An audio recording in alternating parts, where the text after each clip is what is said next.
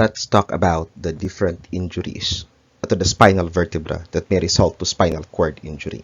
So one example is your whiplash injury. Then we have your hangman's fracture, subluxation, compression fracture, burst fracture, and then you also have your teardrop fracture. We will discuss them one by one. So we have your whiplash injury. So when I talk about whiplash injury, just take note that this occurs most often after your acceleration, deceleration.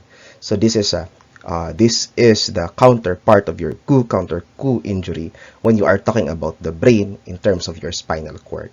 So again, if you're in your brain, you would have your counter-coup injury. In your spinal cord, you're having your acceleration, deceleration injury or whiplash injury.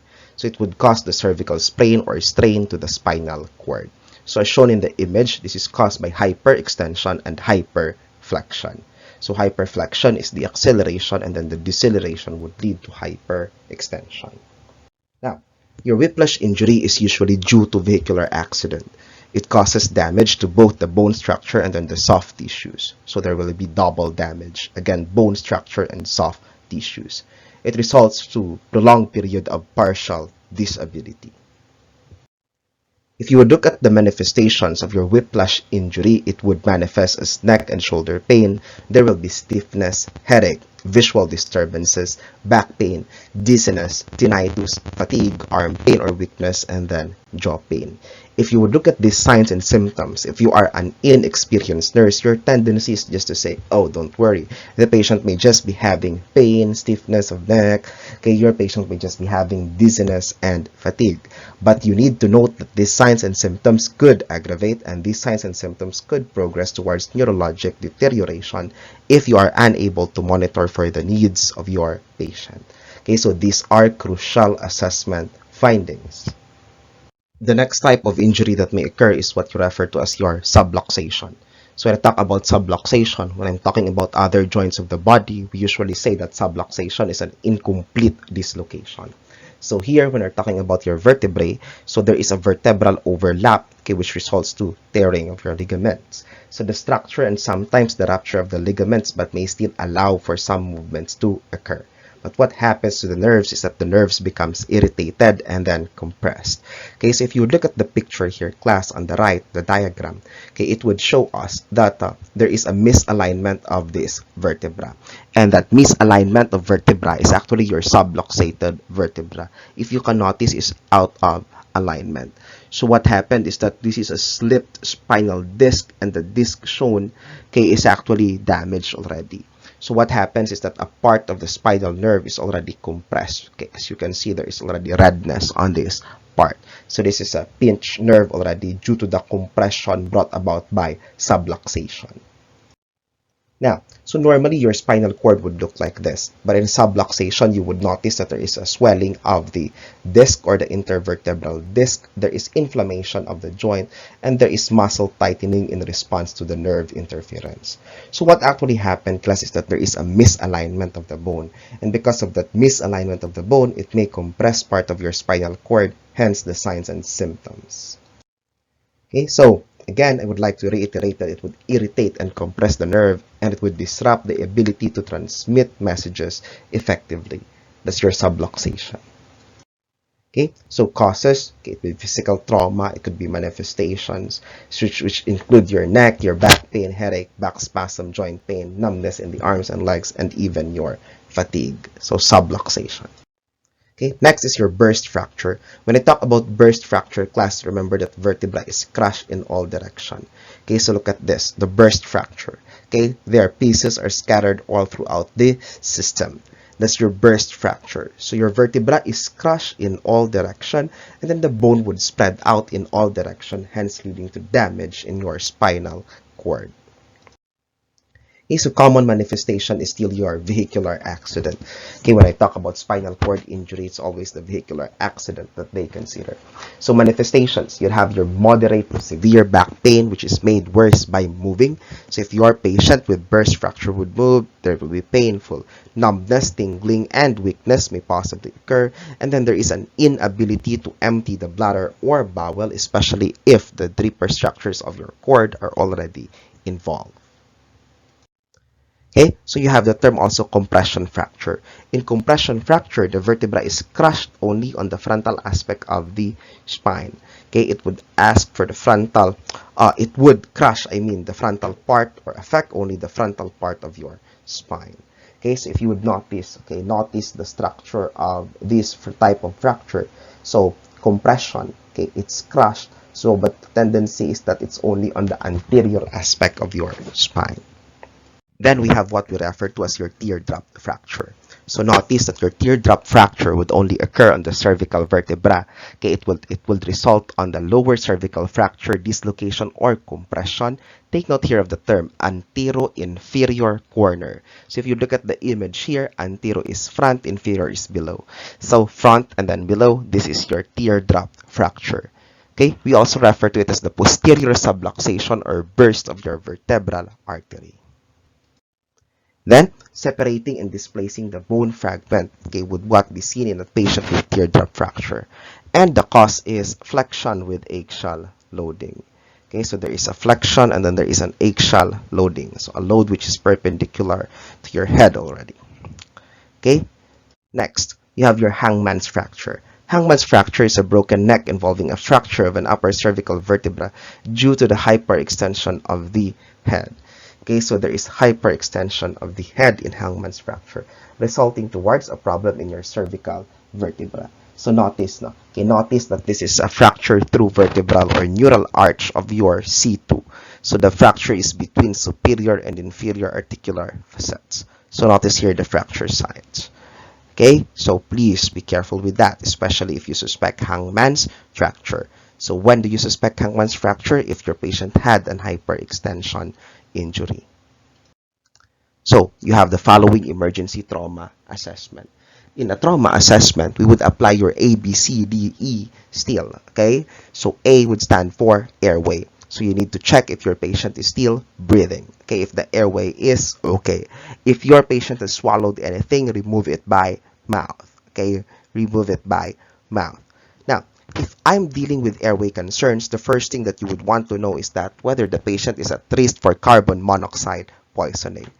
If the patient is at risk for carbon monoxide poisoning, you should remove the patient first on the site of injury before you offer other measures for your patient. So for example, if you are dealing with an airway problem, the first thing that you should do is to clear the airway. Okay, so you may sweep the contents of the mouth of your patient if ever it is visible. Or another thing that you can do is to do maneuvers such as your jaw thrust and your head tilt chin lift. What is actually recommended is the performance of your head tilt chin lift maneuver. However, since we are talking about your spinal cord injury, your patients who are suspected to be spinal cord injury patients would have the jaw thrust maneuver. Because if you will be doing the head tilt chin lift maneuver, you are also compromising the spinal cord of your patient. You are increasing the risk of your patient for spinal cord injury because you will be moving the neck of your patient. Next, breathing. So you need to assess for the breathing of your patient, whether there is a rise and fall of chest. If there is a rise and fall of the chest, so just listen to that and then auscultate later on. However, if there is no rise and fall of the chest, the best thing that you would do is to, call for help and then perform your rescue breathing. Okay, you can perform your rescue breathing. And of course, you know that C is circulation. So this is about time for us to check on the amount of blood that needs to be administered. Okay, the amount of vasopressors and amount of fluids that your patient would need in order to compensate with the circulatory compromise. Then we have your D, E, F, G, H, and I. So D, disability. So we check for the presence of disability. A comprehensive neuro assessment will be able to help us on that. And then you have your explore and examine. Okay, so you need to explore and examine and perform a complete physical assessment. Okay, so that's how it would work. Now, usually F, G, H, and I is done if you are in the hospital setting or if you are a paramedic service, okay, that is rendering quality care for their patients. So you have their full sets of vital signs, give comfort measures, then you have history and hetero assessment, and then you have inspection of the posterior surface. Okay? Now, notice this patient class. Okay, I think this is a demonstration. So, if you would want to have a certificate on trauma life support, we have what we refer to as your ITLS. So, ITLS is International Trauma Life Support. But going back to the picture, notice that this is a drill, no, on the demonstration. So what they are doing is what we refer to as lag rolling. So you consider the respondent to be one unit, meaning you are not moving the legs alone, you are not moving the hips alone. It's not possible for you to move the arms alone, but instead you should consider the patient as one unit, and then all of you should at the same time, okay, be the one to twist the patient or turn the patient to the other side. Notice that there is somebody who is holding the head of your patient, and the purpose of that is to ensure again the safety of your patient and not to aggravate the spinal cord problem. Then you have your management. Okay, when we are talking about management, you need to do rapid assessment. Okay, then that will be followed by extrication, and then you need to have stabilization of control of life-threatening injuries, and then transportation. So when I say rapid assessment, what actually happens is that you're doing your A, B, and C. So if I say extrication, that's getting the patient out of anything.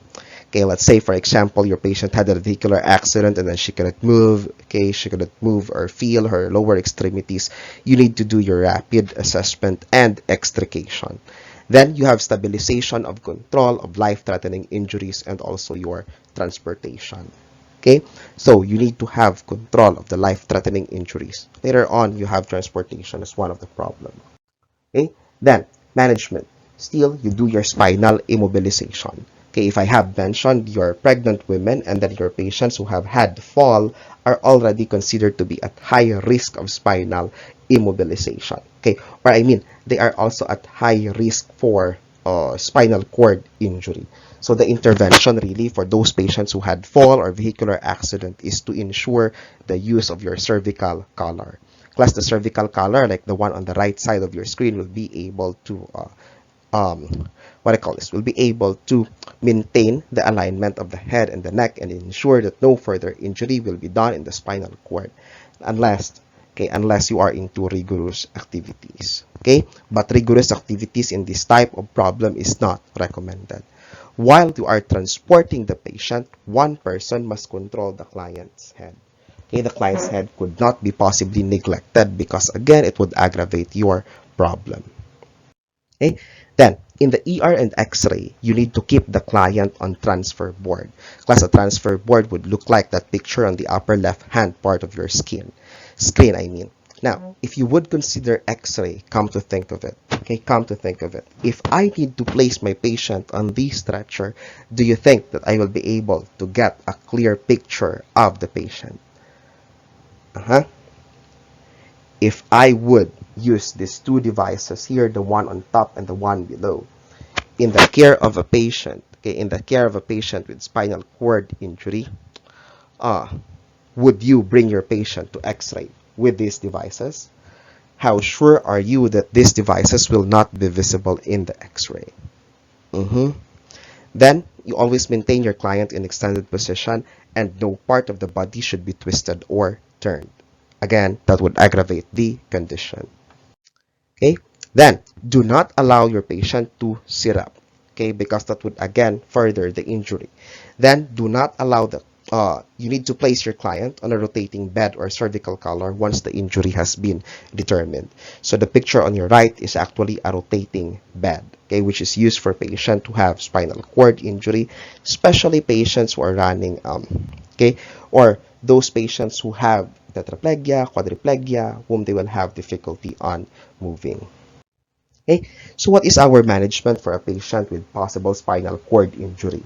You might be thinking, oh, let's do a spinal surgery. Okay, so spine surgery could actually be done. However, before you proceed to your spine surgery, you need to look at other systems. Okay, so cardio system, one of the most important. So you attach your patient to cardiac monitor. Respiratory distress, you need to administer oxygen and prepare for intubation. So notice class, no? Okay, notice that administration of oxygen, okay, would usually start with your nasal cannula. However, the pandemic might have changed how this one is administered. And then for intubation, what actually shown in your slide are two ways to intubate your patient.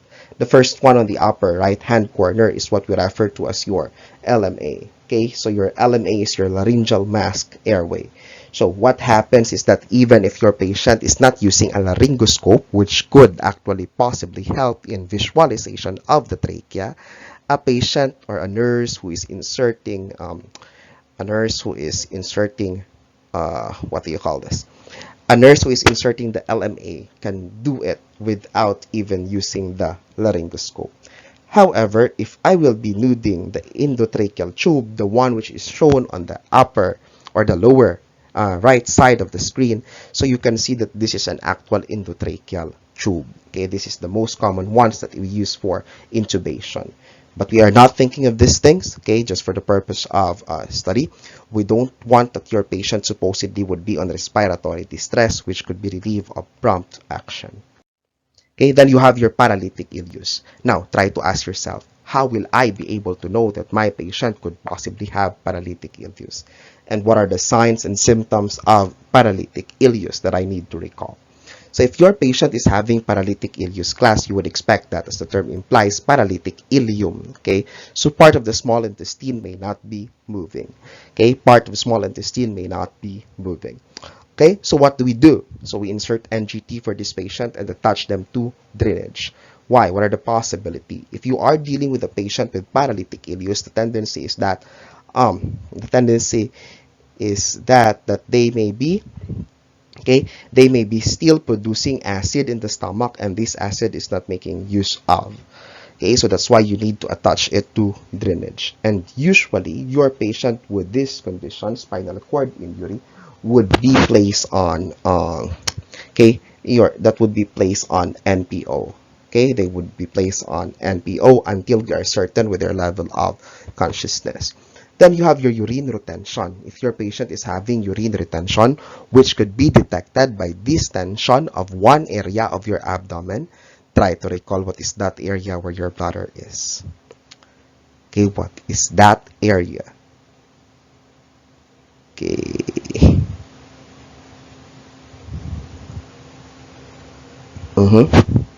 Okay, if you have thought of your hypogastric area, okay, I hope that you did. So remember, recall, the 9 regions of your abdomen. So if your patient is having urine retention, the intervention that you would need is to insert Foley catheter. But take note, this needs a doctor's order. Okay, then you have the following medications for your patient who is having spinal cord injury. One is your methylprednisolone. As the term implies, methylprednisolone, obviously this is a steroid. Okay, so drug of choice. It is mentioned by ma'am that this is the drug of choice during the acute phase during the acute phase of illness. So what we give is that your methylprednisolone should be administered within 8 hours of injury. And this would prevent secondary damage due to edema and ischemia. So recall that your prednisone would have, recall that your prednisone is considered to be a steroid. Okay, and as a steroid, it has its anti-inflammatory properties. Okay, so this anti-inflammatory mechanism of action of your methylprednisolone could also reduce the edema and ischemia of our patient. However, it is contraindicated among patients who are pregnant. Okay, and then why is it contraindicated on a patient who is pregnant? Because that increases the food intake of the patient up to the extent that, recall, you have your salt, sex, and sugar, that it is possible for the mother, okay, to have gestational diabetes, okay, because of the salt, sex, and sugar. Then you have your uncontrolled diabetes mellitus and those who have been injured for 8 hours after. Okay, so look at those. Those are the contraindications. 1, okay, client is pregnant. 2, diabetes which is not controlled, so that could be explained to you by the glucocorticoids. As you can recall, your glucocorticoids is the one which is in charge of sugar. Okay, and then those who have been injured for 8 hours after. So class, what happens after 8 hours is that your patient, okay, would have the release of more cytokines and other inflammatory mediators by that time. Okay, that's why the anti-inflammatory properties of your medication may not already be effective. Okay, so take note, methylprednisolone class may be a bit pricey. Okay, so beyond 8 hours, it's not anymore advisable for you to take this kind of medications. Then you have the next topic that we will discuss are the acute complications and management of a patient with spinal cord injury. Thank you for your attention.